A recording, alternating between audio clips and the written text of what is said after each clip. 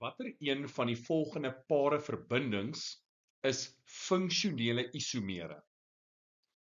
Die korrekte antwoord is D.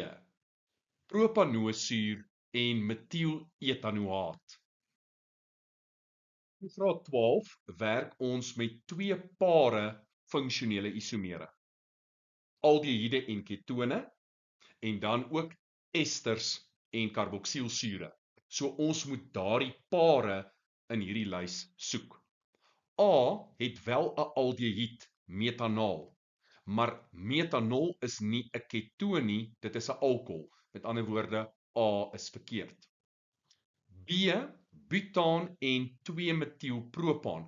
Beide daardie is alkane. Nou butaan en 2-metielpropaan is wel isomere. 2-metielpropaan is 'n kettingisomeer van butaan, maar ons is op soek na funksionele isomere. Dan propan-1-ol en propan-2-ol. Dit is posisionele isomere. In propan-1-ol is die hidroksielgroep op die eerste koolstof en by propan-2-ol is die hidroksielgroep op die tweede koolstof.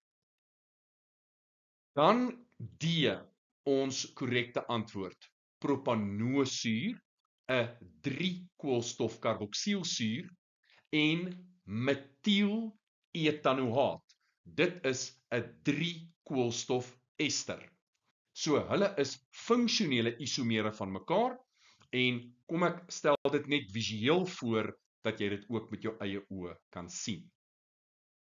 Ons begin met propanoosuur. En kyk nou mooi, ons vat die metielgroep aan die linkerkant en ons vat die waterstofatoom aan die regterkant en hulle gaan bloot omruil. En dan kry ons metieletanoaat. Duidelik, daar sien jy die metielgroep aan die regterkant nou en die waterstofatoom aan die linkerkant. En hierdie ester is 'n funksionele isomeer van die karboksielsuur.